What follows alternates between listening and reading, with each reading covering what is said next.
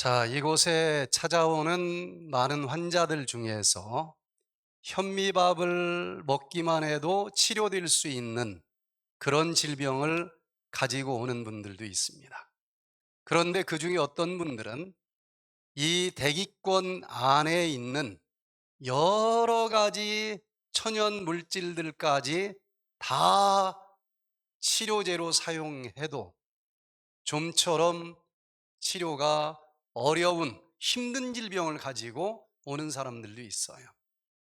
그때 이 지구에 있는 대기권을 벗어나 저 하늘에 있는 에너지까지 사용해야만 치료가 가능한 사람들이 있는데, 그 하늘이 있고 거기에 죽을 목숨을 살릴 수 있는 그런 능력을 가지신 분이 계시다고 하는 것이 믿어지면 얼마나 좋겠습니까? 그런데 그 믿음이 그렇게 쉽게 생기질 않아요. 믿고 싶은데 안 믿어지는 걸 어떡하느냐. 전 이렇게 안타깝게 하소연하는 많은 사람들을 만났습니다. 저 역시 젊은 시절에 믿고 싶지만 믿어지질 않더라고요. 도대체 그걸 어떻게 믿을 수 있을까? 그래서 참 무신론자로 살아갈 수밖에 없었고, 어쩌면은 하나님이 어디 살아계시느냐, 자꾸 어깃장을 놓고만 싶었고, 교회도 고등학교 때도 일부러 얼굴이 빨개질 정도로 술을 먹고 교회 가서 앉아 있기도 하고, 왜 그랬는지 모르지만 참 믿어지지 않는 거예요. 그리고 누군가가 나에게 믿으라고 하는 얘기가 너무 싫었어요. 그리고 빈 병에 종이를 젓가락으로 막 구겨 넣는 것처럼 막 마구제비로 믿으라고 강요하는 것이 너무 싫었습니다. 그러던 제가 대학 2학년 때 놀랍게도 그 하나님이 믿어지게 됐어요. 그 하나님을 믿었더니 세상에 불가능할 것처럼 보이는 일이 없는 것처럼 느껴졌습니다. 저 하늘나라 갈 것인지는 가서 봐야 알겠지만, 그 믿음을 가지고 살아가니까 이 땅에서 살아가는 하루하루도 얼마나 편안하고 행복하고 좋은지 몰라요. 그래서 정말 이 질병을 치료하기 위해서도 많은 과학자들도 믿음이라고 하는 것이 엄청난 치유력을 갖고 있다라고 논문들을 발표하는데, 그래도 믿음이 가져지지 않는 것을 어떻게 할 수가 없어요. 그래서 오늘 이 저녁에는 제가 그렇게 믿어지지 않던 하나님이 어떻게 믿어졌는지 감증하는 시간을 좀 갖고자 합니다. 그렇게 믿어지지 않았는데 그 누구보다도 믿어진다고 세계 여기저기 다니면서 그 하나님을 믿자라고 얘기할 만큼 어느 날 한순간에 바뀌게 된 이유가 무엇인지, 오늘 그 내용을 같이 좀 이야기를 하고자 합니다. 성경책을 누가 하여튼 억지로라도 한 번만 읽어봐라, 읽고 싶었어요. 그걸 읽지 않으니까 소설책도 이해가 안 되기 때문에, 그래, 억지로라도 상식적으로라도 한 번은 읽어보자. 대학 1학년 때 많은 책을 봤습니다. 책 보는 걸 싫어하는 사람도 아니에요. 그런데 왠지 성경책만 펼치면 한 페이지를 읽기 전에 잠이 쏟아지는 거예요. 너무 어려웠어요. 그러다가 여기 이사야 46장 9절 10절을 읽으면서 소망이 생겼습니다. 여기 보니까 이렇게 기록이 되어 있어요. 너희는 옛적 일을 기억하라. 이 세상은 어느 날 갑자기 지금 여기까지 온 게 아니고 수많은 역사들이 있고, 그리고 그 모든 사실들이 역사책에 기록이 되어 있지 않습니까? 역사책을 펼쳐보라는 거예요. 그러면서 이렇게 얘기를 합니다. 나는 하나님이라.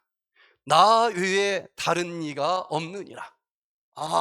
굉장히 독선적인 분이다라고 생각이 들고 반감이 치밀어 올라왔어요. 나는 하나님이라. 나 외에 다른 하나님은 없다는 거예요.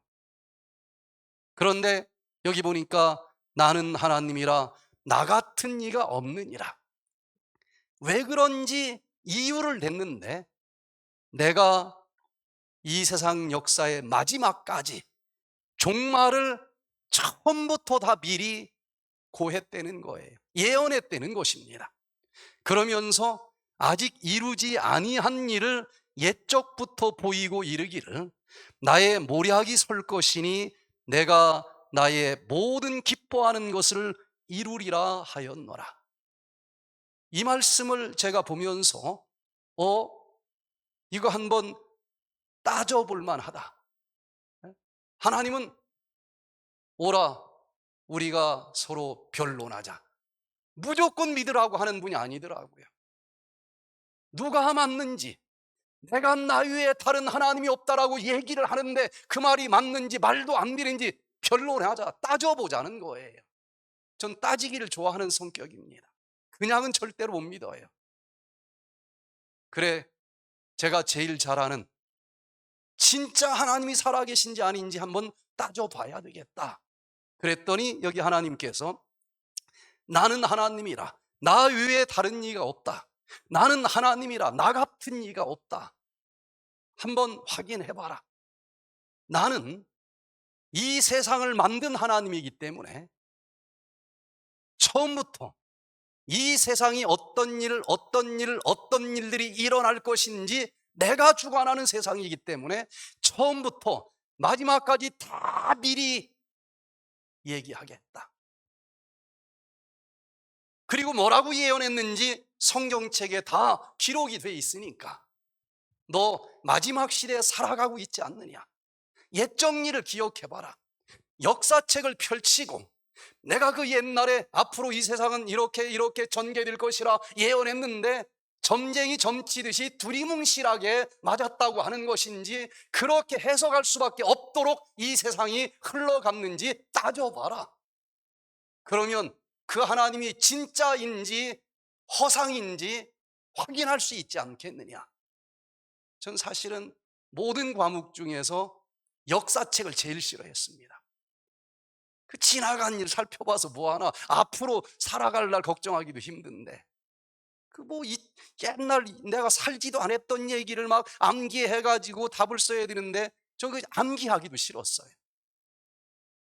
수학이나 이런 데서는 점수를 많이 맞았는데 요 역사책에서 점수가 깎였어요. 저는 그래도 역사책을 두꺼운 거 사가지고 이 예언이 진짜인지 가짜인지 확인해 봐야 되겠다.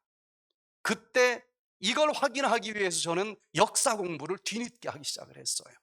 자, 요 말씀 때문에 성경을 펼쳐보니까 성경 66권 전체 중에서 자그마치 5권 중에 1권은 예언으로 이루어져 있더라고요. 계속 앞으로 어떤 일들이 있을 것이라고 기록을 해놨어요. 너무 구체적인 예언들입니다. 그래서 역사책을 갖다 놓고 그 하나님이 이렇게 될 것이다 라고 예언한 대로 이 세상이 그대로 흘러갔는지 두 눈을 부릅뜨고 확인해보고 진짜인지 가짜인지 확실히 확인을 해야 되겠다. 그러면서 성경을 읽기 시작했습니다. 이번 한 주 동안 그 과정들을 거쳐가면서 저에게 어떻게 확실히 그 하나님이 믿어지게 됐는지 하나씩 살펴볼 텐데, 오늘은 머리끝부터 발끝까지 건강과 이 세상 역사를 주관하시는 하나님이 진짜 있는지 없는지 확인할 수 있도록 하나님께서 기록해 주신 다니엘 2장에 있는 말씀을 같이 살펴보도록 하겠습니다. 다니엘 2장을 딱 펼치면 시대적인 상황은 세계 최초로 세계를 통일한 바벨론의 시대로부터 이야기가 시작이 됩니다. 그 당시 바벨론은 동양서양을 다 정복을 했어요. 이스라엘이라고 하는 나라도 바벨론에게 정복당했습니다. 그리고 이스라엘의 왕족들, 똑똑한 청년들을 다 잡아다 바벨론으로 포로로 끌고 갔고, 그리고 바벨론의 대학에서 바벨론의 철학을 교육시켰습니다. 그렇게 한 다음에 여러 나라를 지배하기 때문에 자기들이 다른 민족을 통치하는 것보다는 그 나라의 똑똑한 사람들을 교육시켜서 자기들의 사상을 교육하고 자기들 대신해서 자기들처럼 각 나라를 통치하기를 원했다는 거예요. 그 당시 다니엘이라고 하는 사람이 살고 있었는데, 왕족입니다. 다니엘은 젊은 청년의 나이에 이국 타양 먼 나라로 잡혀가서 공부를 하고 있는 학생인데, 그때 있었던 얘기고, 그 다니엘의 이야기가 예수님이 하늘 보좌 버리시고 2000년 전에 이 땅에 내려오셨을 때 다니엘서를 예수님이 인용을 하십니다. 다니엘서를 예수님이 말씀을 하셔요. 그러니까 역사책을 봐도 알겠지만은 성경 스스로를 봐도 이 다니엘 2장의 사건은 예수님 이전의 사건인 것이 분명한 거예요. 시대적으로 역사책을 보니까 그 바벨론은 지금부터 2500년 전에 분명히 역사적으로 있었던 나라입니다. 그 나라를 최초로 통일한 느부갓네살이라고 하는 일대 왕의 이야기가 여기 나오는데, 2장 1절은 이렇게 시작이 됩니다. 느부갓네살이 위에 있은 지, 이제 왕권을 잡은 지 2년째 되던 해에, 야, 내가 이 세계를 다 통일을 했는데 앞으로 이 나라가 어떻게 될꼬 하면서 궁금해하는 마음을 갖고 있다가 잠이 들었는데, 그날 밤 꿈을 꾼 것입니다. 너무 인상 깊은 꿈을 꿨어요. 어디 여러분들도 가끔 꿈을 꾸십니까? 꿈을 꾸는데 일어나자마자 꾸기는 꿨지만 내 생각에도 이건 개꿈이야, 그런 꿈도 있어요, 없어요? 있죠. 어떤 건 그냥 철필로 기록해 놓고 싶을 정도로 이건 예사로운 꿈이 아니다, 이거 굉장히 의미 있는 꿈이다, 그런 꿈도 가끔 꿉니까, 안 꿉니까? 가끔 꾸지요. 그런데 느부갓네살이 와, 이거 엄청난 꿈이다. 그래서 아침에 일어난 다음에 왕이니까 그 나라에 별의별 사람들 다 있을 거 아니겠습니까? 꿈 해몽 잘한다는 사람도 있고, 뭐 그냥 보이지 않는 영적 세상까지 다 안다고 하는 사람들도 있고, 박사, 무당, 술객 다 불렀어요. 얘들아, 내가 간밤에 꿈을 꿨는데 굉장히 중요한 꿈인 것 같다, 이 꿈을 해몽을 좀 해줘라. 그랬더니 어떤 일이 벌어졌는가 하면, 다니엘 2장 2절에 보니까 왕이 그 꿈을 자기에게 고하게 하려고 명하여 박수와 술객과 점쟁이와 갈대아 술사를 부르매 그들이 들어와서 왕의 앞에 선지라. 이런 거 잘한다는 사람 다 불렀어요. 세계 최고의 권위자들을 한자리에 세워 놓은 것입니다. 이제 11절 보니까 왕의 물으신 것은 희한한 일이라. 육체와 함께 거하지 아니하는 신들 외에는 왕 앞에 그것을 보일 자가 없나이다 한지라. 이들이 뭐라고 얘기를 했는가 하면, 왕이시여, 우리가 꿈을 해몽해 드리겠습니다. 무슨 꿈을 꿨습니까?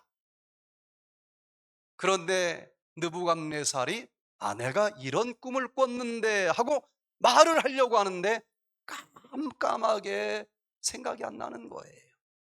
안 나면 그냥 말아버려야지. 그러나 너무 중요한 꿈이라고 하는 생각은 있기 때문에 내가 무슨 꿈을 꿨는지 생각을 안 난다. 그러나 이거 너무 중요하니까 너희들 이거 꼭 해몽을 해야 된다.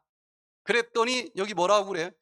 사람이 어떻게 꿈을 얘기도 안 했는데 해몽을 해줄 수 있습니까? 신이 아니면 이런 걸 할 수가 없습니다. 뭐 그렇게 얘기할 수밖에 없지 않겠어요? 그런데 다니엘 12장에 보니까 왕이 이로 인하여 진노하고 통분하여 바벨론 모든 박사를 다 멸하라 명하니라. 왕의 명령이 내림에 박사들은 죽게 되었고 다니엘과 그 동무도 바벨론 대학의 박사 과정에 공부를 하고 있었기 때문에 얘들도 같이 죽게 됐어요. 드디어 군대 장관 아리옥이 이제 다니엘을 찾아와 가지고 너도 박사급이니까 똑똑하다고 하면서 사실 아무것도 모르는 놈들 다 죽여라 했으니까 너도 죽어야 된다 하고 잡아가려고 하니까 다니엘이 이렇게 얘기합니다. 왕의 시위대 장관 아리옥이 바벨론 박사들을 죽이러 나가매 다니엘이 명철하고 슬기로운 말로 왕의 장관 아리옥에게 물어 가로되 왕의 명령이 어찌 그리 급하니요? 다른 사람들은 그냥 말도 못하고 질질 끌려가는데 다니엘이 왜 그렇게 급합니까? 다니엘이 들어가서 왕께 구하기를 기한하여 주시면, 며칠 말미만 주시면 그 해석을 우리가 보여드리겠습니다. 그냥 찔러본 얘기가 아니에요. 다니엘은 믿는 게 있었습니다. 사방이 다 전후 좌우 막힐 때가 살아가다 보면 몇 번은 있을 거예요. 그러나 다니엘에게는 아무리 사방이 다 막혔어도 하늘은 열려 있다라고 하는 것을 믿는 사람이었어요. 자기도 몰라요. 뭐 느부갓네살이 꾼 꿈을 어떻게 알겠습니까? 하지만 하나님께 기도하면 하나님께서 가르쳐 주실 것이다 하는 믿음을 가지고 이런 이야기를 한 것입니다. 그럼 도대체 큰 소리치고 뭘 했나 하고 자세히 살펴보니까 17절에 친구들을 불러요. 같이 이스라엘에서 잡혀온 하나님을 믿는 자기 친구들 하나냐, 미사엘, 아사랴를 불러서 우리 함께 기도하자. 하나님만이 우리를 살릴 수 있는 분이다. 여기 보니까 믿었었던 것은 이 세상이 아무리 깜깜하고 다 전문가들은 당신 3개월 있다 죽습니다. 그래도 이 세상을 잊게도 하고 없게도 하고 생명을 죽이기도 하시고 또 멸하기도 하시는 모든 것의 주관자 되시는 하나님과 대화하는 무기를 갖고 있었다는 거예요. 기도라고 하는 무기를 갖고서 기도합니다. 여기 마태복음 18장 19절에서도 하늘 보자 버리시고 이 땅에 인간의 모습으로 오신 예수님께서 다시 한번 강조하시는 내용을 보면 진실로 다시 너희에게 이르노니 너희 중에 두 사람이 땅에서 합심하여 무엇이든지 구하면 하늘에 계신 내 아버지께서 저희를 위하여 이루게 하시리라. 혼자 기도하는 것하고 두 사람, 세 사람이 기도하는 것하고는 굉장한 차이가 있습니다. 기도를 했을 때 응답받는 조건 중에 하나는 이기적인 기도는 응답이 안 될 수 있다는 거예요. 그러나 누군가를 위해서 기도하는 이타적인 기도는 응답이 된다는 얘기인데, 자기 혼자 기도하면 아무래도 손은 어디로 굽어요? 안으로 굽는 것처럼 자기도 모르게 이기적인 마음으로 기도할 수 있을까요? 없을까요? 그럴 가능성이 굉장히 커요. 아무리 몇 날 며칠 금식하면서 기도해도 이기적인 기도이기 때문에 응답이 안 될 수 있지만, 두세 사람이 같이 기도를 하면 적어도 나 하나만을 위해서 기도하는 게 아니고 뭔가 같은 마음으로 많은 사람들을 위한 이타적인 기도가 될 것이기 때문에 합심해서 두 사람이 이 땅에서 기도하면 그 기도는 대기권을 뚫고 하늘까지 올라가 이 세상 모든 걸 주관하시는 예수님의 오른팔을 움직이셔서 하늘 보물 창고 열고 내가 기도한 그것을 딱 잡아서 내 눈앞에 실상으로 보내주실 수 있다라고 하는 것을 다니엘과 그 친구들은 믿은 것입니다. 그렇게 기도를 했더니 19절에 이에 이 은미란 것이 밤에 이상으로 다니엘에게 나타나 보임에 다니엘이 하늘에 계신 하나님을 찬송하니라. 드디어 느부갓네살이 자기가 꿈을 꾸고도 자기가 잊어버렸는데 하나님께서 다니엘에게 느부갓네살이 꾼 꿈이 이런 거니라 하고 보여줬다는 거예요. 자, 그리고 그 꿈의 내용이 무엇인지도 하나님이 해석까지도 해줬습니다.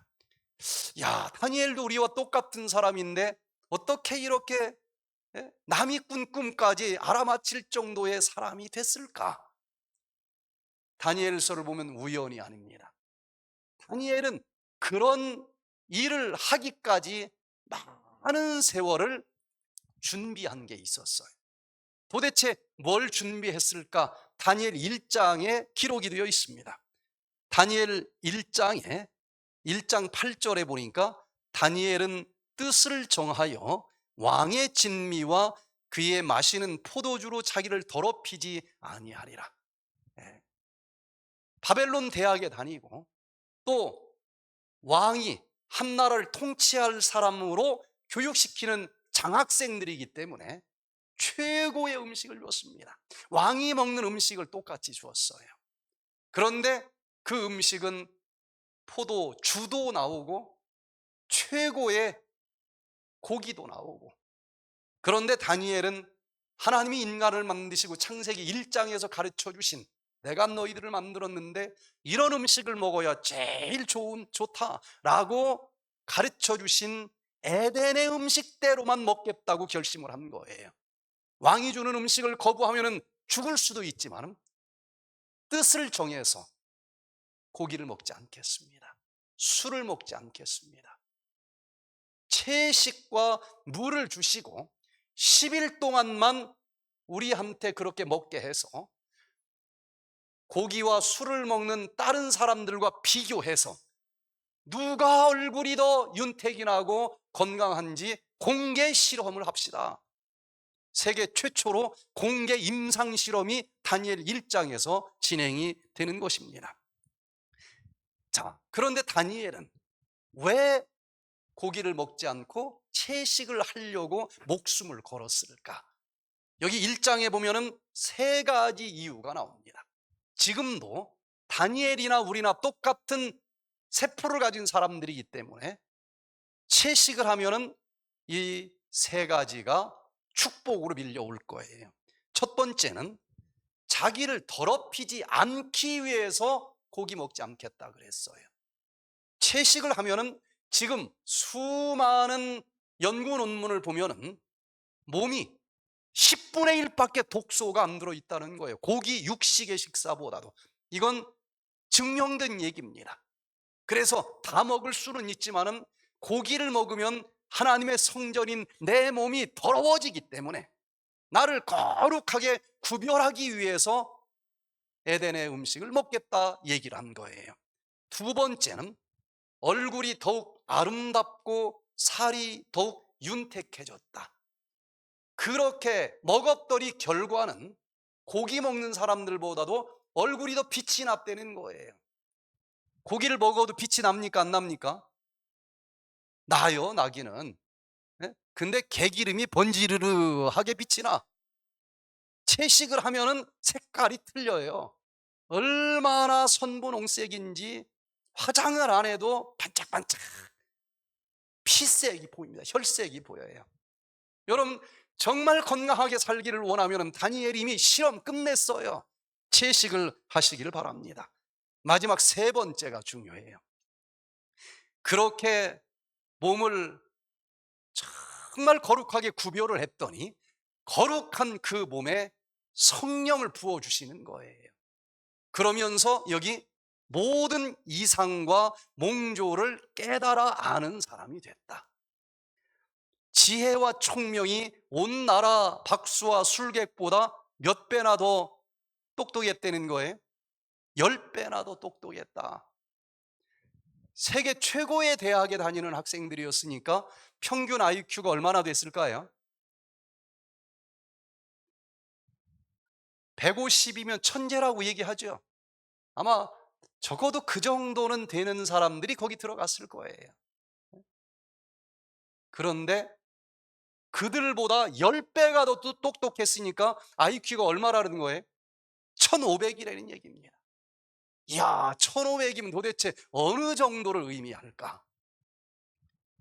1500 되면은요, 자기가 꾼 꿈을 자기도 잊어버렸는데 요걸 알아맞힐 정도는 돼야 1500 되는 거예요.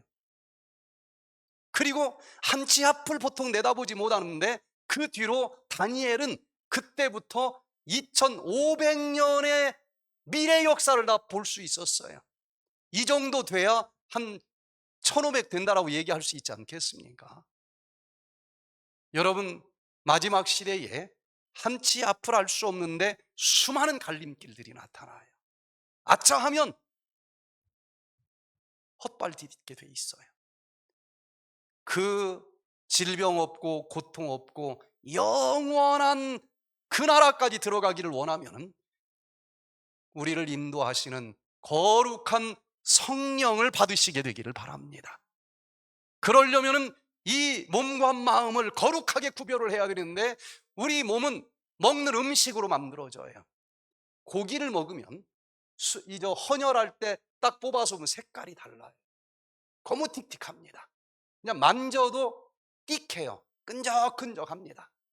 채식을 하면은요, 얘기하지 않아도 색깔이 틀려요. 선분홍색입니다. 굉장히 묽어요. 여러분들이 고기 먹고 뭐하고 해서 저기 피를 뽑아 보세요. 그냥 막 적혈구가 떡이 돼가지고 순환이 안 돼. 그런데 여기서 일주일만 그 음식 끊고 채식을 해보세요. 금요일을 다시 검사해 보세요. 하나씩 다 따로따로 놉니다.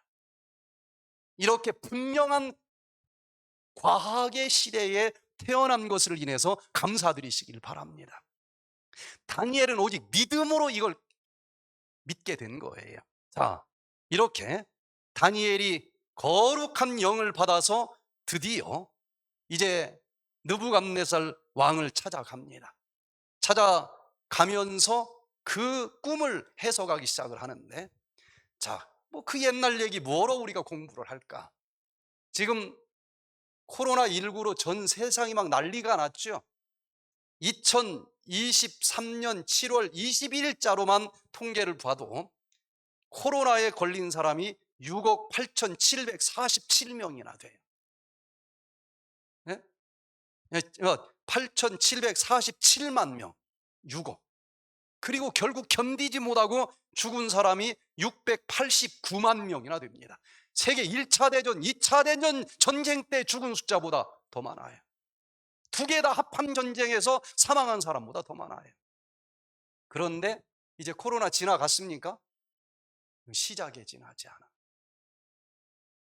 예언해 보면 마지막 시대는 처처에 온역이 있겠다, 전염병이 있겠다 그랬어요. 이거 시작입니다. 앞으로 더 많을 수밖에 없는 것인데, 여기 누가복음 21장의 예언을 보세요.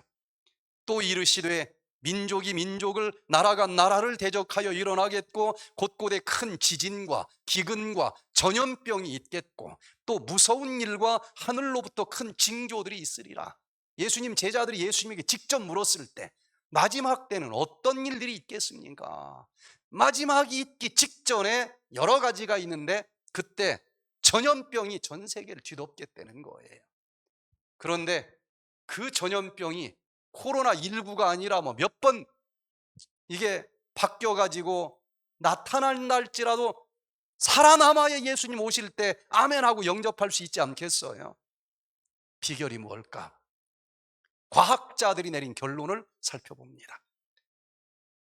아직 잘 모르지만 과학자들은 이렇게 해야만 살아남을 거다라고 얘기를 하는데, 여기 Journal of Contemporary Data Dental Practice 2020년 11월 달에 코로나를 보면서 최고의 과학자들이 내린 결론이 이겁니다. 채식 식사를 해야만 인간과 짐승 공통적으로 떠돌아다니는 지금 바이러스가 우리를 괴롭히지 않습니까? 박쥐에게 있던 것이 지금 코로나는 사람에게까지 온 거예요. 원래는 동물들에게 돌아다니는 바이러스는 사람에게는 오지 못합니다. 그런데 먹지 말라고 하는 동물을 음식으로 먹었더니 그 동물 세상에 있던 그 바이러스들이 사람에게 넘어오는 거예요. 앞으로도 큽니다. 그래서 여기 채식주의 식단은 개인과 지구의 건강에 긍정적인 영향을 미치는 것으로 알려졌으며 인수 공통 전염병, 앞으로 이게 많아진다는 거예요. 조류 독감이 그런 거 아니겠습니까? 이것을 억제할 수 있는 가능성이 있다. 그러면서 결론을 이렇게 내려요. 동물성 고기에 대한 의존도를 낮춰주면은 동물로부터 인간 집단으로 바이러스가 전달되어 유출될 가능성을 실질적으로 최소화할 수 있다. 이게 마지막 코로나와 같은 전염병으로부터 살아남을 수 있는 비결이다라고 이제 과학자들의 눈치를 챈 거예요. 자, 그러면 이제 다니엘이 드디어 거룩한 영을 받아서 세상 역사를 이제 예언으로 기록하게 해줬는데, 하나님께서 내가 다른 신들과는 다르다 한 이유로 이 세상 역사를 처음부터 다 나는 미리 예언을 했다. 그러니 역사책 펼쳐놓고 내가 예언한 대로 세상이 그대로 흘러갔는지 안 흘러갔는지 따져봐라. 그러면 내가 하나님이라고 하는 것을 믿을 수 있을 것이다. 그렇게 얘기를 했으니까 저는 성경을 안 볼 수가 없었어요. 확인해보자. 가짜든지 진짜든지 확실하게 결론을 내릴 수 있는 방법이 여기 있구나. 한번 생각을 해보세요. 점쟁이들은요, 세계에서 가장 유명한 점쟁이라 할지라도 10% 이상 맞추지를 못합니다. 맞추지 못한 건 그냥 슬그머니 지나가고, 10개 중에 하나 맞힌 거 가지고 막 내가 뭐라고 예언했지 않았느냐, 그런 식이에요. 그런데 하나님께서 예언하신 것은 100개 중에 1개라도 틀리면 안 믿어도 돼. 그러니 역사책 펼쳐놓고 살펴볼 만하지 않습니까? 자, 다니엘 2장에 보면 딱 한글 성경으로는 205글자로 다니엘 시대부터 마지막까지 2500년의 역사를 205글자로 예언을 해놓습니다. 내용을 보면 다니엘 시대에 바벨론이라고 하는 나라는 금머리인데 이게 계속되지 않고 은과 같은 나라로 멸망하고 바뀔 것이다, 예언이에요. 그래서 역사를 쭉 살펴보니까 금나라 다음에 은나라가 나올 것이고, 은나라 다음에 동나라가 나올 것이고, 마지막에 철나라가 나오고, 그리고 마지막 진흙과 철이 섞인 상태가 올 것인데, 지금까지는 이 땅에 속한 금속들로 어떤 나라가 나타날 것인지를 예언한 거예요. 그런데 마지막엔 좀 다릅니다. 이 세상에 속하지 않은 돌이 하늘에서 내려오겠다 그랬어요. 그 돌이 이 신상을 쳤더니 산산조각이 나고, 여름 타작마당에 겨가 바람에 불려 온데간데 없이 사라진 것처럼 이 세상은 송두리째 없어지겠다, 멸망당하겠다. 그리고 하늘에서 내려온 이 돌이 점점점 커지더니 온 세상을 뒤덮는 나라가 되겠다. 자, 그러면 이제 역사책을 가지고 보니까 왕이시여 금머리는 당신의 나라를 의미합니다. 예언은 아니에요. 해석을 하나님이 그렇게 해석을 해준 거예요. 그 다음부터는 그보다 못한 나라가 온다고 했는데 역사적으로는 바벨론을 멸망시키고 나온 두 번째 나라는 페르시아입니다. 그 나라도 계속되지 않고 그 나라 다음에는 구리와 같은 나라가 나오겠다 그랬는데 역사적으로 페르시아를 멸망시키고 나온 나라는 헬라입니다. 그리스예요. 근데 그 나라도 계속되지 않는다는 거예요. 철과 같은 나라가 온다고 그랬는데 로마 나라가 그 다음 나왔습니다. 자, 그 다음에 그 로마가 발가락이 몇 개예요? 10개야. 다리는 몇 개예요? 2개예요. 그래서 그 나라는 동로마 서로마로 나뉘어질 것이라고 예언이 되어 있고, 마지막에는 발가락이 10개니까 몇 나라로 또 분열된다는 거예요?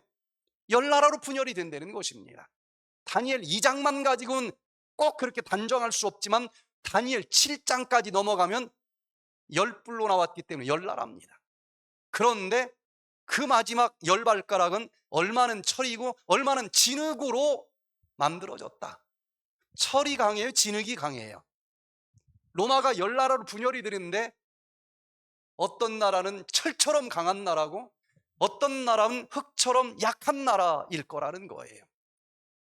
그러나 그 로마가 어떻게 해서든지 다시 한 나라로 통일하려고 수많은 사람들이 애를 썼는데 예언은 절대로 합해지지 않겠다는 거예요. 철과 진흙이 합해질 수 없는 것처럼 절대로 합해지지 않겠다. 이게 예언입니다.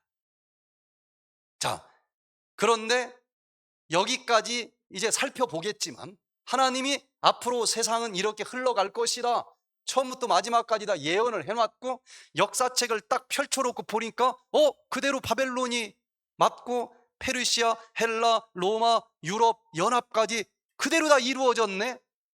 만약에 그렇게 확인이 됐다고 하면은 이제 마지막 무슨 나라가 내려온다 그랬어요? 돌나라가 내려온다라고 하는 예언 하나만 남았는데 앞에 게 다 그 예언한 대로 세상 역사가 맞았어. 그러면 마지막에 돌나라가 내려온다라고 하는 예언도 믿을 수 있어요, 없어요? 다 맞았는데 그것만 안 맞는다고 믿는 게 억지 아니겠습니까? 돌나라는 누구일까? 반석 되시는 예수 그리스도의 나라가 오겠다는 것인데 예수님께서 마지막 때 이 땅에 내려오신다는 예언인데 세상에 그걸 어떻게 믿어요? 저는 안 믿어져요. 그런데 역사를 부인할 수 없기 때문에 역사책을 놓고 자세히 진짜 그런가 맞춰보니까 하나도 틀리지 않고 다 맞았어요. 저처럼 믿어지지 않던 사람이 그러면 돌 날아오는 것도 틀림없이 사실이겠구나. 전 믿음이 생겼어요. 그리고 그 예수님이 틀림없이 이 땅에 내려올 것이라고 하는 믿음을 가지고 살아가니까 이 세상에서 어떤 사업을 하든지 병을 고치든지 내 병을 고쳐달라고 기도하든지 진짜 믿어지니까 믿는 대로 이루어지는 거예요. 여러분, 믿음 갖는 걸 두려워하지 마시고 보이는 세상만 보지 마시고 보이지 않는 세상까지 믿을 수 있는 믿음을 달라고 기도해 보시게 되기를 바랍니다. 믿음은 지금은 안 보이지만 바라는 것 앞으로 틀림없이 이렇게 될 것이다. 그걸 그냥 말로는 믿는다고 하지만 사실은 여기서 안 믿어지는 그 정도 믿음을 가진 사람이 믿는 믿음도 있고 진짜 나는 안 될진 모르지만은 진짜 이 세상 모든 만물을 만드신 그 예수님께서 살아계시기 때문에 그분께서 틀림없이 그렇게 해주실 것이다.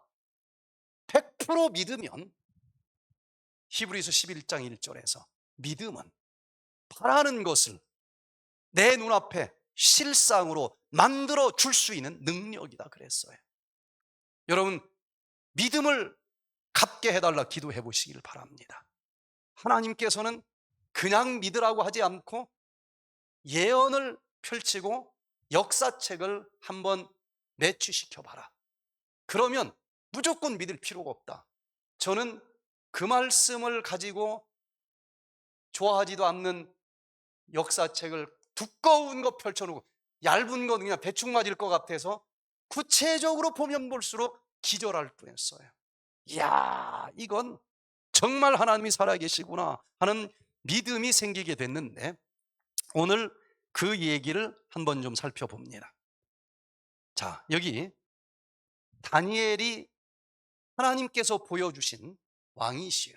왕이 이런 꿈을 꿨습니다 하고 기록해 놓은 다니엘 2장 34절부터 35절까지 제가 다 세봤어요. 한글로 쓴 요 예언은 정확히 205글자입니다. 그런데 2500년의 역사를 예언한 거예요. 우리 한번 같이 읽어보겠습니다. 시작. 왕이여, 왕이 한 큰 신상을 보셨나이다. 그 신상이 왕의 앞에 섰는데 크고 광채가 특심하며 그 모양이 심히 두려우니 그 우상의 머리는 정금이요, 가슴과 팔들은 은이요, 배와 넓적다리는 노시요, 그 종아리는 철이요, 그 발은 얼마는 철이요 얼마는 진흙이었나이다. 또 왕이 보신즉 사람의 손으로 하지 아니하고 뜨인 돌이 신상의 철과 진흙에 발을 쳐서 부서뜨리매 때에 철과 진흙과 놋과 은과 금이 다 부서져 여름 타작마당에 겨같이 되어 바람에 불려 간 곳이 없었고 우상을 친 돌은 태산을 이루어 온 세계에 가득하였었나이다. 이게 예언입니다. 자, 느부갓네살이 내가 세상을 통일을 했는데 앞으로 이 나라가 어떻게 될꼬 하는 생각을 하다가 잠을 잤는데 꿈속에 한 신상이 나타났습니다. 자세히 보니 머리는 뭘로 되어 있었어요? 황금으로 되어 있었고 팔과 가슴은 은으로 되어 있었고 그리고 배와 넓적다리는 청동, 구리로 되어 있었어요. 머리는 정금으로 되어 있고 가슴은 은으로 되어 있고 배와 넓적다리는 구리로 되어 있고 다리는 철로 되어 있고 자세히 보니 발가락은 철과 진흙으로 섞여 있었어요.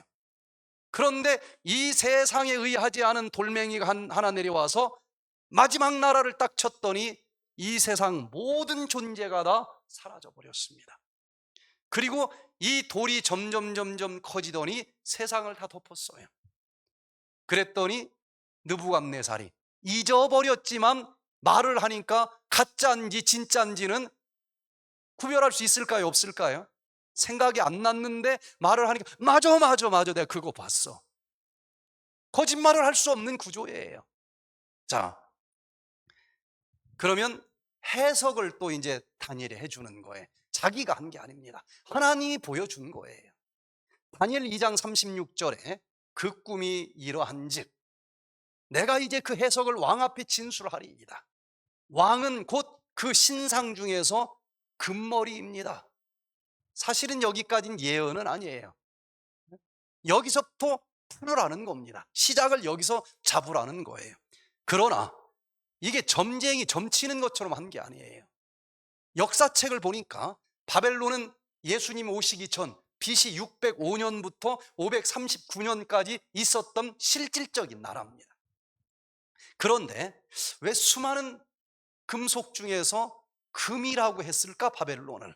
자, 역사책을 또 보니까요, 여기 앤더슨이 쓴 개봉된 다니엘의 예언이라고 하는 책을 보니까 이 고대 역사가 헤로도투스, 우리가 많이 들어본 얘기에 옛날 유명한 역사가입니다. 그가 얘기하기를 느부갓네살이 죽은 지 1세기 후에 바벨론을 방문하였는데 그때까지 그 바벨론에는 많은 금이 남아있는 것을 발견하였다. 신전도 금이고 제단도 금이고 사당도 금이고 중한 건 다 금으로 도금을 해놨었다는 거예요.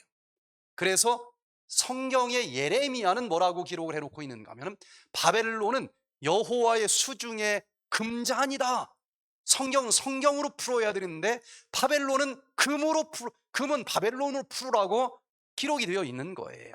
그래서 또 이사야는 바벨론을 열국의 영광이다. 금속 중에 왕은 누굽니까? 금 아니겠어요? 그 당시 바벨론은 문화적으로는 세계 최고의 금처럼 찬란한 문화를 가지고 있었습니다. BC 600년 전에 뭐 얼마나 발달했을 거라고. 그러나 그 바벨론이 지금 고고학에 의해서 발굴이 됩니다. 무슨 단군 신화 같은 얘기가 아닌 거예요. 그런데 그 바벨론 성벽을 발굴을 해보니까 둘레가 16km가 되는 성벽을 치고 그 안에 그 도시를 만들었는데 성벽 두께가 6m 내지 7m입니다. 여기서부터 6m면 저쪽 벽까지, 이게 벽인데 하나로도 마음이 안 놓였는지 외벽, 내벽 두 겹으로 완전히 둘러쌌습니다. 두께가 그렇게 두꺼우니까 요즘 대포로 쏴도 이게 안 부서질 거예요. 그런데 높이가 얼만큼이냐? 10m. 10m. 10m면은 2.5m짜리를 아파트 한 층으로 본다고 하면은 몇 층짜리예요? 4층짜리 높이로 전 보성을 둘렀다는 것입니다. 그리고 또 성벽 밖에는 다 땅을 파가지고 인공강을 만들었어요. 그러니 옛날 걸어서 오는 군인들은 물 때문에 접촉을 할 수가 없는 거예요. 그래서 이 안에는 식량이 혹시 포유하고 기다려도 20년 먹을 식량을 거기다 비축하고 있었다는 것입니다.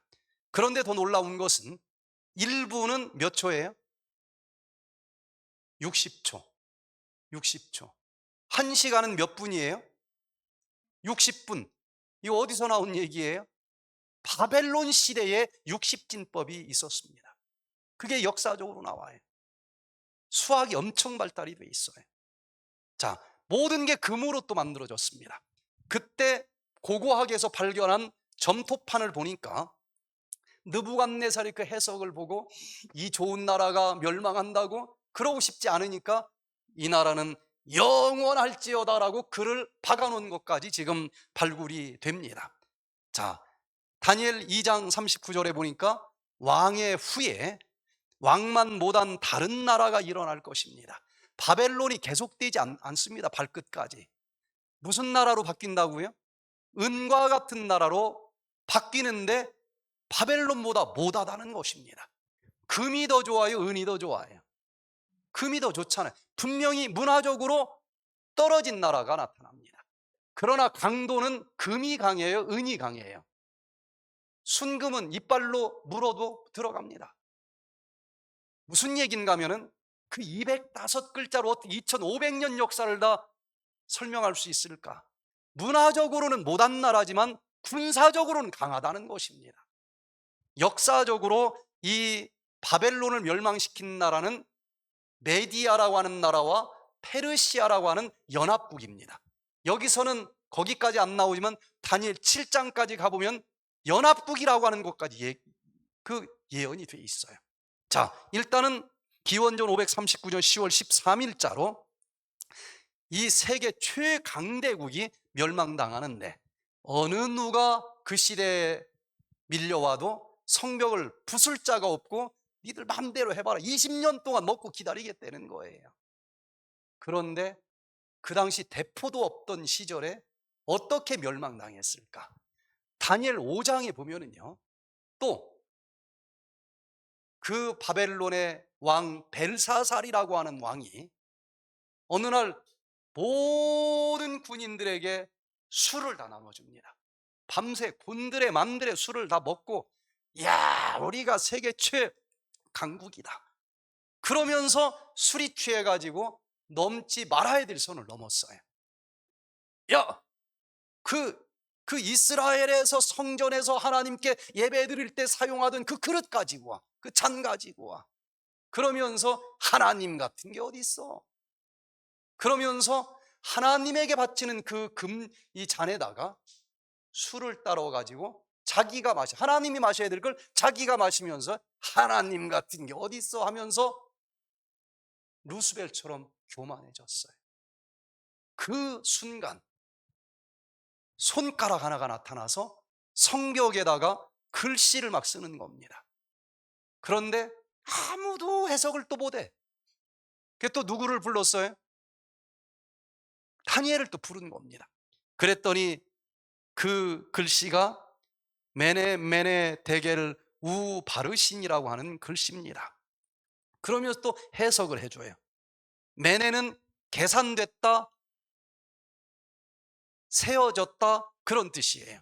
그러면서 다니엘 5장 26절에서 하나님이 이미 왕의 나라의 시대를 세워서 그것을 끝나게 하셨다는 거예요. 하는 짓거리 보니까 네 시대는 끝났다, 달아보니 너는 끝났다, 계산해 보니까 넌 더 이상 있을 수가 없어.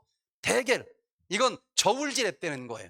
얘를 계속 있게 할 것인지 그만두게 할 것인지 저울질을 해봤다라고 여기 해석이 되어 있어요. 부족하다는 겁니다. 달아보니까 우 바르신, 우는 그리고고 바르신은 여러 조각들이라는 거예요. 그래서 이 나라는 이제 산삼조각이 나면서 멸망할 때가 됐다. 그런데 또 다른 예언을 보면은요, 그 바벨론을 멸망시킬 자가 누구인지 또 예언이 나와요. 다른 예언서 이사야서 44장에 나오는데, 그 바벨론을 멸망시킨 왕이 역사를 보면은 고레스라고 하는 왕입니다. 그런데 이건 의미가 있어서 그런지 이름까지 예언을 해놨어요. 깊음에 대하여는, 깊다는 얘기는 뭐가 깊다는 얘기일까요? 물이 깊다고 얘기하겠죠. 깊음에 대하여는 이르기를 마르라, 깊은 물이 마르겠다는 것이고, 내가 네 강물들을 마르게 하리라 하며, 고레스에 대하여는 이르기를 그는 나의 목자라. 자, 고레스가 그 세계 최강국, 그 엄청난 바벨론 성벽을 공격하려고 하는데, 그때 누가? 저 왕이시여. 저걸 어떻게 부수고 넘어가겠습니까? 그런데 성경에 보니까 당신 이름이 나옵니다. 당신이 그 나라를 멸망시킬 것이라고 나오는데, 거기 깊은 강물이 마르게 하겠다라고 되어 있으니 강물을 마르게 하십시오.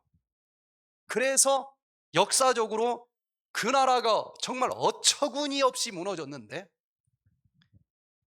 그 성벽 둘레로 인공강을 만들었다고 그랬죠.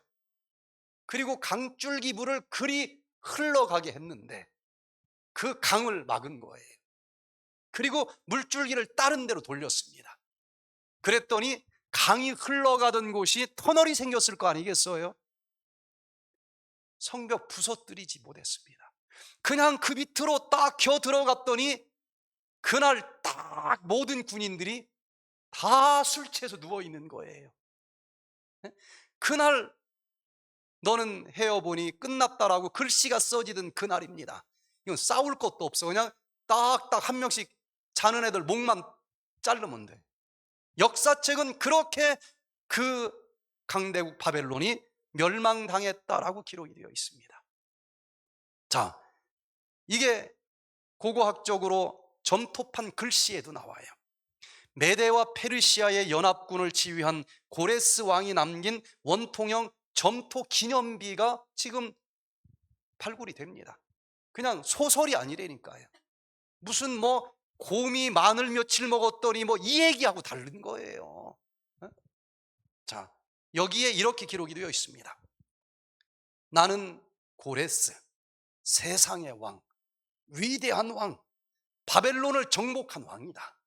내가 바벨론에 개선 입성했을 때 나는 기쁨과 즐거움으로 나의 당당한 거처를 왕국으로 삼았다. 기원전 539년 10월 13일. 역사적인 사실에, 사실은 저는 여기까지 봤지만 여기까지는 시큰둥했습니다. 뭐 이 역사, 그 당시 있었던 사건 기록한 거 그거 가지고 뭐 그럴 필요가 있느냐, 안 믿어지더라고요.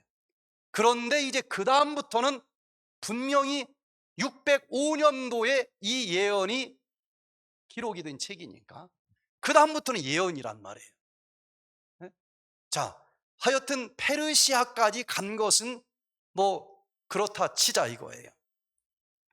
일단은 이 바벨론은 영원히 살아남기를 원했지만은 하나님이 세상을 주관하시는데 하나님의 예언대로 무너졌어요. 그러면 우리는 이 바벨론이 멸망한 사건을 바라보면서 뭐 하나라도 좀 건져야 되지 않겠습니까? 남의 이 얘기 읽고 뭐 무슨 재미예요? 그래서 바벨론을 연구를 해보니까 바벨론은 우상숭배로 유명한 나라예요. 우상숭배로 이 세상이 영원히 계속되기를 소망한 그런 나라입니다. 그런데 그러면 머리는 복잡하고 지근지근 아픈 머리 말고 평안한 머리가 최고 아니겠습니까? 이게 깨지면 안 돼. 깨질 것처럼 아프면 안 돼. 그런데 어떻게 하면은 바벨론처럼 깨지고 멸망당하지 않고 정말 건강한 머리, 영원한 머리를 가지고 살 수 있을까? 이 바벨론이라고 하는 게 뭡니까?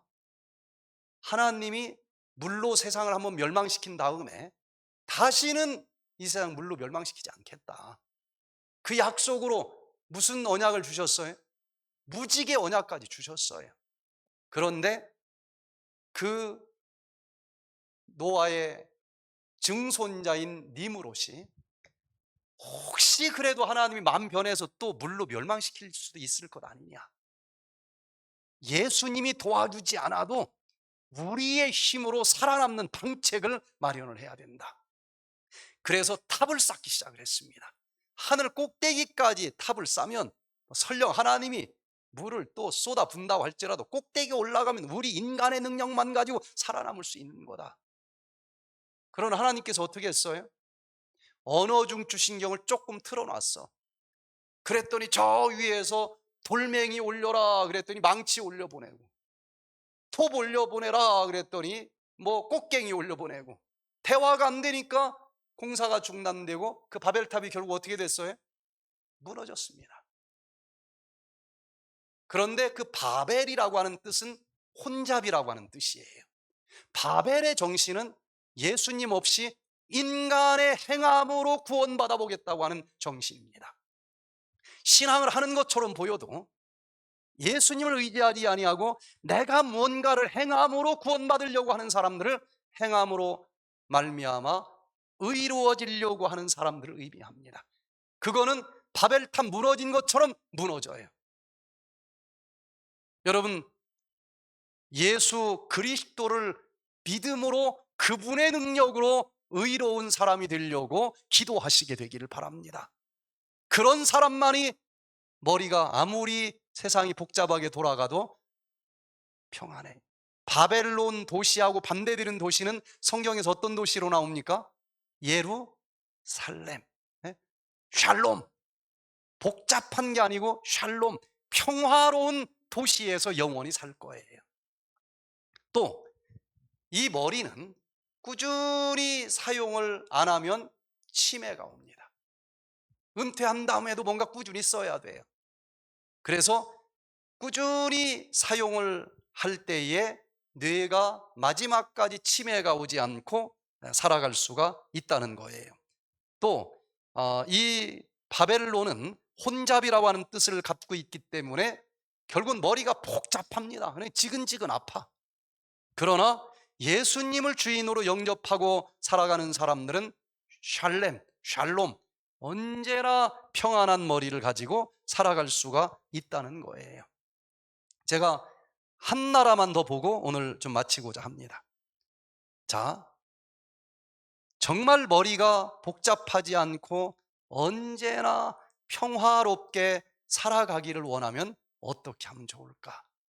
한 사람이 밤길을 걷다가 그만 발을 헛디뎌서 낭떠러지로 떨어졌어요. 아, 죽는구나 하고 막 손을 허우적거렸더니 무슨 나뭇가지가 하나가 잡혔어요. 그래 그걸 잡고 매달리고 있는데 밑에를 보니까 뭐 칠흑처럼 깜깜해서 아무것도 안 보여. 그런데 시간이 지나면서 손에 힘이 점점점 빠지는 겁니다. 아, 이거 놓치면 난 떨어져 죽는데 하고 막 몸부림을 치면서 밤새 이걸 놓지 않으려고 애를 쓰고 있는데 결국은 시간이 지나면서 더 이상 버틸 수가 없었어요. 손에 힘이 빠지면서 툭 떨어졌습니다. 어떻게 됐어요? 아, 나는 죽는구나 그랬는데 안 죽었어. 그리고 왜 안 죽었나 하고 동이 튼 다음에 보니까 밤새 붙잡고 있던 나뭇가지에서 30cm밖에 안 떨어져 있는 밑에 바위가 있었던 거예요. 우리는 많은 경우에 뭔가를 잡고 이거 놓치면 죽는다 그러면서 그냥 그거 안 놓치려고 아등바등 하다 보니까 머리가 지근지근 아픈 거예요. 그러나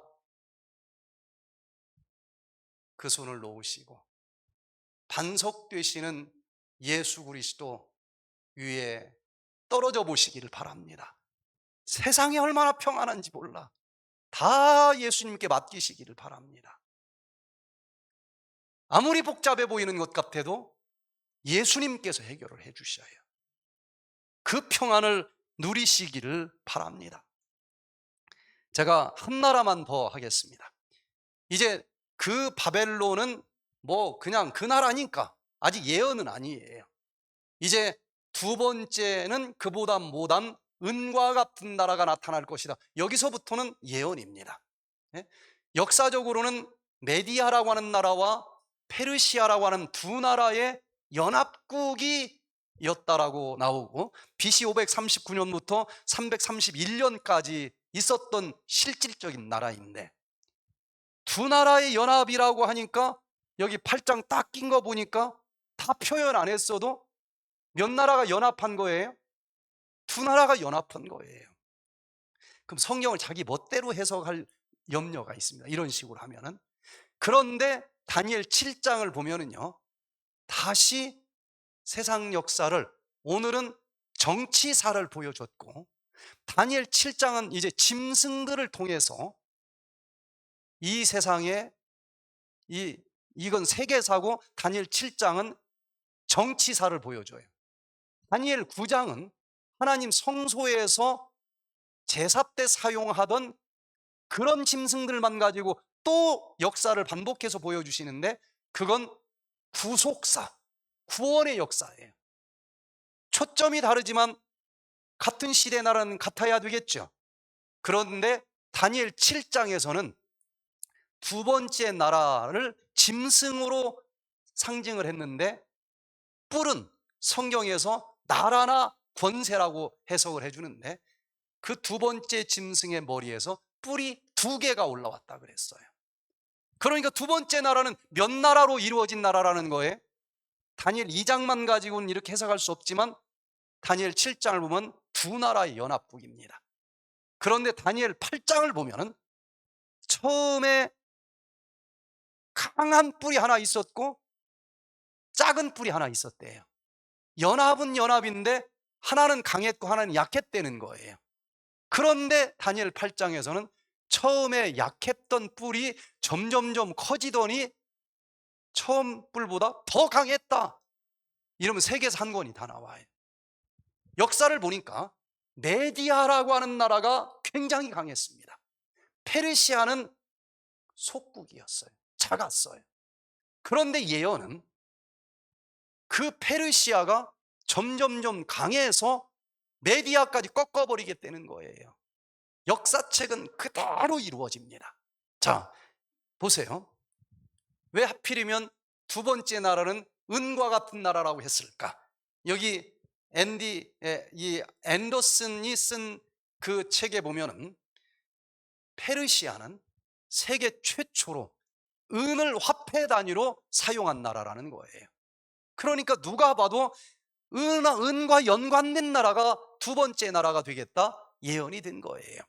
자, 그래서 그 나라가 이제 군사적으로는 세계 최강국이었지만 계속되지 못하고 놋과 같은 나라로 멸망당하겠다. 그게 이제 또 예언이 이어집니다. 저는 여기서 진짜 막 엄청 흥분하면서 세계사 책을 두꺼운 것으로 바꾸었어요. 야, 역사책을 보니까 그 당시 페르시아는요 군사적으로 어마어마하게 강한 강대국입니다. 그런데 세 번째 나라는 구리 헬라 나라잖아요. 그런데 헬라는 그 당시에 한 도시 국가에 지나지 않습니다. 즉 미국하고 부산하고 싸우는 것과 같은 전쟁인데 하나님은 부산이 이기겠다는 거야. 이게 말이 됩니까? 아니, 부산하고 미국이 싸운다고 하는데 하나님은 부산이 이기겠대. 지금 배팅하라고 해도 부산이 이기겠다고 믿어지겠습니까? 그래서 말도 안 돼서 자세하게 제가 읽어보니까 페르시아 전쟁사가 나와요. 유명합니다. 페르시아 전쟁사라고 있어요. 보니까 1차, 2차, 3차 전쟁이 펼쳐지는데 그 당시 페르시아가 동양서양을 다 통일을 했기 때문에 모든 나라에서 페르시아에게 조공을 바쳐야 돼요. 그런데 다 바치는 겁니다. 워낙 강하니까 뭐 잘못 보였다 하면 그냥 사라지는 겁니다. 그런데 저쪽 요즘 얘기하면은 터키 끝쪽에 사는 조그마한 이오니아라고 하는 어떤 동네 애들이 반란을 일으키는 거야. 우리 조공 못 바친다. 아니, 나라도 아니고 이 조그마한 이오니아가 반란을 일으켜요. 그러면 이걸 놔두면 다른 모든 나라도 반란을 일으킬 거 아니겠습니까? 이런 건 무슨 케이스예요? 시범 케이스입니다. 이런 건 본때를 보여줘야 돼요. 그래야 다른 데서도 그냥 꼼짝 못할 거 아니겠습니까? 그래서 드디어 얘들을 혼내준다라고 다리우스 1세 왕이 어마어마한 군사를 이끌고 이오니아를 멸망시키러 가는 겁니다. 그런데 가다 보니까 이오니아 저 별 볼 일 없는 놈이 왜 저러는가 하고 봤더니 바다 건너 그 헬라 나라 중에서 한 도시국가 아테네라고 하는 요 조그마한 도시국가가 후견인을 역할을 하는 거예요. 뒤를 봐주는 거예요. 그걸 믿고 그러는 거야. 그래서 얘만 혼내줘 가지고는 안 되겠고 그 뒤에 있는 아테네까지도 멸망시켜야 이게 본때를 보여주는 거예요. 그래서 이 다리우스 왕이 하나는 육지로 가고 하나는 바다로 건너가서 두 패가 그까지 도시국가 하나 딱 혼내주고 오면 끝나는 전쟁이었어요. 싸우면 게임이 안 됩니다. 너무 차이가 커요. 그런데 하나님은 아테네 이 헬라가 세 번째 나라가 된다고 그런 거예요. 그런데 전쟁사를 읽어보니까 이거 뭐 아무리 봐도 그냥 끝나는 겁니다. 게임이 안 돼. 그런데 1차 전쟁이 어떻게 끝났는가 하면 그냥 끝나는데 바다로 간 군인들이 갑자기 폭풍이 불어오는 거예요. 저쪽 군사들한테 진 게 아니고 폭풍우를 만나서 배가 다 침몰되고 2만 명의 군사가 전멸을 당합니다. 이건 하나님이 싸우고 있는 거예요. 그래서 도중에 돌아옵니다. 너무 피해가 커서. 그래서 1차 전쟁은 뭐 이런 일이 다 있나 하고 2차 전쟁을 제가 자세히 읽어봤어요. 이제 다리우스 1세가 다시 전열을 가다듬고 더 많은 병사를 이끌고 다시 이제야말로 본때를 보여주겠다 하고 2차 전쟁을 펼치는데 예전에 왜 실패했는가 하고 보니까 육지로 가다 보니까 옛날 그냥 걸어서 가지 않습니까? 너무 오래 걸려가지고 다 지치는 거예요. 그래서 그냥 코앞에 있는데 배를 타고 가서 딱 끝내고 오자. 배를 타고 간 거예요. 자, 그래서 배를 타고 가서 이제 마라톤이라고 하는 곳에서 전쟁이 벌어지는데 그 당시 이 헬라 나라에서는 이게 같이 싸워서는 게임이 안 됩니다. 그때 테미스토클레스라고 하는 정치가가 웅변을 잘해요. 막 웅변을 하는 겁니다. 그 백성들한테 우리의 아테네를 자유의 도시로 지키든지 항복해서 시민들 모두 노예가 되든지 여러분의 손에 달려 있습니다. 여러분은 노예가 되기를 원하십니까? 노예가 될지언정 차라리 죽음을 무릅쓰고 한번 싸워봐야 되지 않습니까? 얼마나 웅변을 잘했는지 그 말에 다 단합이 됐어요. 웬만하면 옛날에는 안 되겠다 그러면 항복하는 거거든요. 죽을 때까지 싸우기로 마음을 먹은 거예요. 그러고서는 지는 척 하면서 이렇게 조그만하게 나 있는 해협으로 이 페르시아 배들을 오게 합니다. 한가운데 들어왔을 때에 그 죽기를 각오하고 싸우려고 하는 이 사람들이 앞뒤를 막아가지고 그냥 화살을 쏘아보니까 배에서 뭐 어떡하겠어요. 그래서 결국은 시민들까지, 뭐 군인들로는 게임도 안 되니까 모든 시민들을 싸우게 했다니까요. 중무장 보병으로 나서게 하면서 사령관 말티아데스가 유인해서 그 협곡 양쪽을 딱 막은 다음에 화살을 쏘는데 페르시아 군인들 6,400명이 전사됐고 아테네 군인들은 192명밖에 안 죽었다는 거예요. 그래서 정말 어처구니 없게 마라톤 해전에서 아테네가 이깁니다. 이걸 그리스 저쪽 본부에다가 우리가 이겼습니다 하고 승전고를 알리기 위해서 한 병사가 막 달리고 가서 이겼습니다 하고 지쳐가지고 쓰러져 죽었는데 그 거리를 재보니까 얼마였대요? 42.195km였다는 거예요. 이게 역사적인 사실이라니까요. 그것 때문에 마라톤이 지금도 42.195km를 뛰는 거예요. 이게 단군 신화 얘기가 아니라니까요. 2차 전쟁이 이렇게 끝났고 드디어 그 왕은 죽습니다. 그래서 그 다음 크셀크세스 왕이, 그 당시 30만 명이면 굉장하죠. 대군을 이끌고 3차 전쟁을 나갑니다. BC 480년에 있었던 전쟁인데 이제 이때도 두 부류로 나눠요. 하나는 육지로 가서 저쪽에 스파르타하고 아테네가 이제 연합을 하지 않습니까? 혼자는 안 되니까. 스파르타를 싸우고 이겨서 내려오고, 하나는 이 아테네를 이제 공격하고, 그래서 둘이 이제 살라미 바다에서 만나자 이렇게 작전을 짰어요. 그런데 이 스파르타의 그때 왕이 레오니다스 왕인데 이 사람들이 그냥 죽음을 각오하고 항복을 안 하는 거예요. 그냥 딱 몇 사람 죽으면 그냥 다 항복을 옛날에는 했어요. 그런데 7,000명 전군의 마지막 군인까지 죽을 때까지 버텼어. 약속한 시간에 못 간 거예요. 약속한 시간에. 그래서 그 군인 오면은 양쪽에서 이제 협공을 하면서 끝내려고 하는데 저쪽에서 못 오니까 계속 날짜가 지연이 된 겁니다. 그런데 이 전쟁이 어떻게 끝났는가 하면요, 이제 날짜가 지나면서 살라미 해전이 좀 미뤄졌는데 이때 갑자기 또 폭풍우가 몰아오는 거예요. 역사책 그대로입니다. 소설책 같아요. 폭풍우가 밀려오면서 페르시아 군대 함대 4분의 3이 다 깨져버려요. 이건 이 세상 역사는 누가 주관하는 겁니까? 하나님이 예언한 대로 이루어지는 거예요. 정말 이렇게 될 수 없는데 앞으로 계속 이런 일이 반복이 돼요. 도저히 불가능한 작은 나라가 그 다음 나라로 일어나겠다고 그랬는데 이게 기여이 됩니다.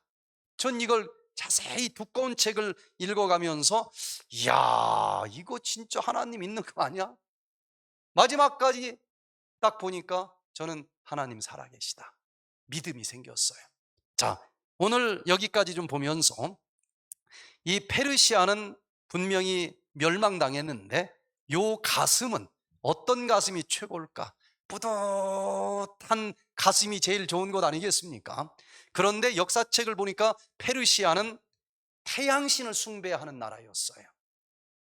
피조물을 숭배하면서 영원한 세상이 되기를 원했지만 무너졌습니다. 하나님이 인정하지 않아요.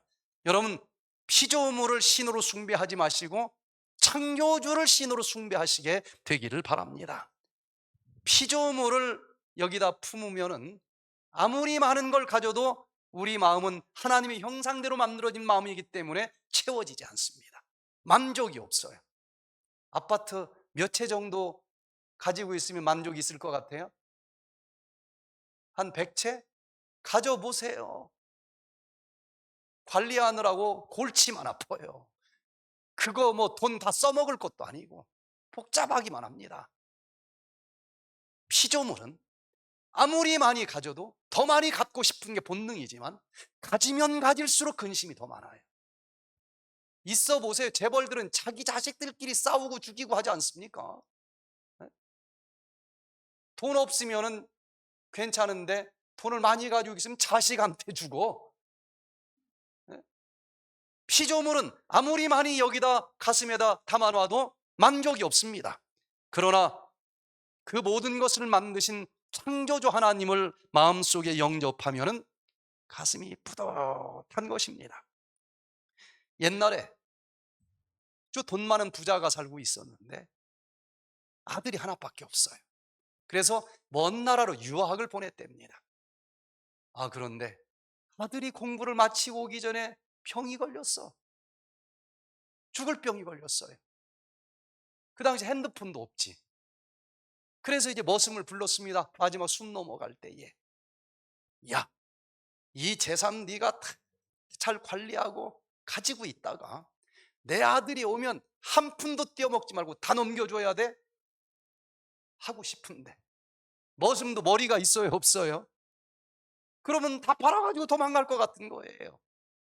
그래서 뭐라고 유언을 했는가 하면, 야, 이 모든 재산 너한테 다 줄게.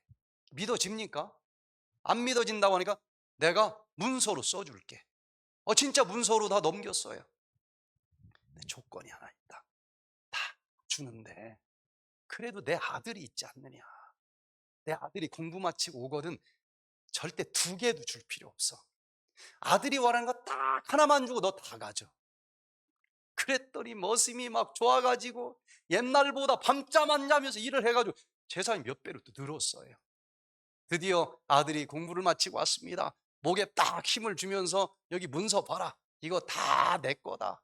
당신 아버지가 다 놔줬다. 그런데 당신이 원하는 거 하나는 주겠다고 내가 약속을 했으니까 뭘 원하느냐? 절대 2개는 안 된다. 딱 하나만 얘기해라. 뭘 달라고 하면 좋겠어요? 반문서 달라고 하는 게 좋아요? 집문서 달라고 하는 게 좋아요? 그래도 유학까지 갔다 온 아들 아닙니까? 나는 반문서도 필요 없고 집문서도 필요 없고 쌀가마니도 필요 없다. 난 딱 하나, 노예, 너를 갖고 싶다. 노예를 가졌더니 노예가 갖고 있던 모든 재산은 누구 거예요? 내 거가 되는 거예요. 여러분, 피조물 이것저것 가지려고 애쓰지 마시고 그 모든 것을 만드신 창조주 하나님을 가슴에 모셔보시게 되기를 바랍니다. 그때만이 우리 이 마음이 가득 채워지고 마음이 뿌듯하고 만족과 행복이 있을 수 있도록 만들어 주셨다는 것입니다. 저는 그렇게 믿어지지 않던 그 하나님이 페르시아 전쟁사를 읽으면서 믿을까? 마음이 흔들렸어요. 이제 내일 살펴보는 내용까지 쭉 진행되어 보면은, 이야, 이건 역사책을 부인하기 전에는 하나님을 부인할 수가 없는 거예요. 그러면서 세상 어느 누구도 흔들 수 없는 믿음이 그때 생겼고, 그 믿음을 가지고 갈림길을 있을 때마다 선택을 하니까 왔다리 갔다리를 안 하는 거예요.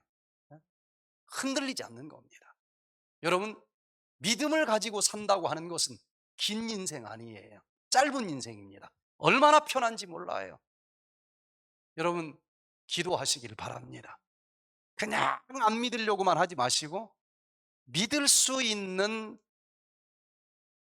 조건을 좀 주십시오. 그러면 그 믿음이 여러분들에게 주어질 줄로 믿습니다. 그래서 믿음을 가지고 질병을 치료하고 믿음으로 나머지 여생을 살아가면서 정말 행복한 그런 삶을 우리 모두가 살아갈 수 있기를 간절히 바라면서 오늘 말씀을 마치겠습니다. 저희들을 지극히 사랑하시는 하늘에 계신 아버지 하나님, 참으로 보이지 않는 세상 믿기가 어렵습니다. 그러나 믿음 없이 살아갈 수 있는 자는 이 땅에 아무도 없습니다. 주님, 믿을 수 있기를 기도합니다. 과학적으로, 역사적으로, 객관적으로 정말 살펴보고 또 살펴보면 믿지 않을 수가 없도록 분명한 증거를 주신 것을 저희들 알게 됩니다. 이번 한 주 기도하면서 정말 믿음이 무엇인지 그 믿음을 결론을 내릴 수 있는 시간이 되게 해 주시기를 우리 구주 예수 그리스도의 이름으로 간절히 기도드리옵나이다. 아멘. 네, 오늘